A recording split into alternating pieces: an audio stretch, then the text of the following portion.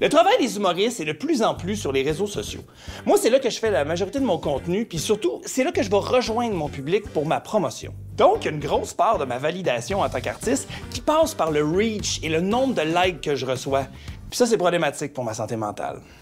Cette machine-là est capable de m'annoncer la meilleure des nouvelles comme la pire des merdes imaginables.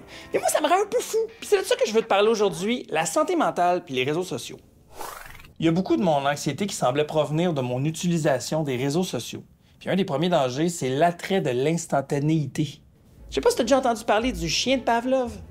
Ivan Pavlov était un chercheur qui s'intéressait au conditionnement. À chaque fois qu'il donnait à manger à son chien, il sonnait une cloche. Ding, ding, ding, ding, ding, ding, ding.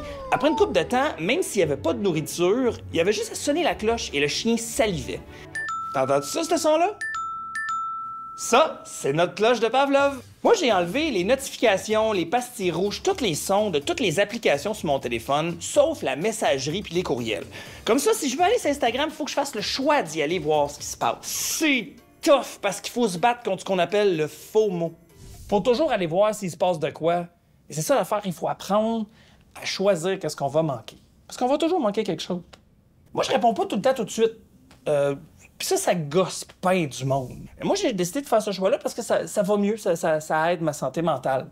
Puis si jamais il y a des gens qui me disent « Hey, j'aimerais ça que tu mettes ta santé mentale de côté puis tu me réponds tout de suite », c'est un très bon indicateur pour flusher ces gens-là de ma vie. Tu sais, quand t'es comme « OK, je suis plus capable, il n'y a plus rien qui rentre », c'est parce que t'as sécrété toute ton hormone qu'on appelle l'orexine. Ça, l'orexine, ça vient de l'hypothalamus. Lui, il est je peux pas le pointer, là, mais on me creve un œil, mais c'est ici dans le cerveau. Bref, ça se peut que ta tank à orexine soit vide. Moi, ça m'arrive souvent quand j'écris. Puis avant, ce que je faisais, c'est que quand je me sentais comme ça, je mettais mon texte de côté, puis j'allais sur mon téléphone scroller sur TikTok. Bravo, Jérémy! Remplace des stimuli par d'autres. J'ai lu quelque part qu'écouter de la musique puis bouger aidait à recharger l'orexine. J'ai mis mes AirPods et j'ai passé le balai en écoutant la soundtrack des Avengers.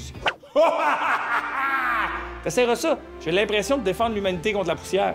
Et quand je suis revenu, j'étais full inspiré. La cuisine était propre. Moi, je me demande régulièrement comment je vais.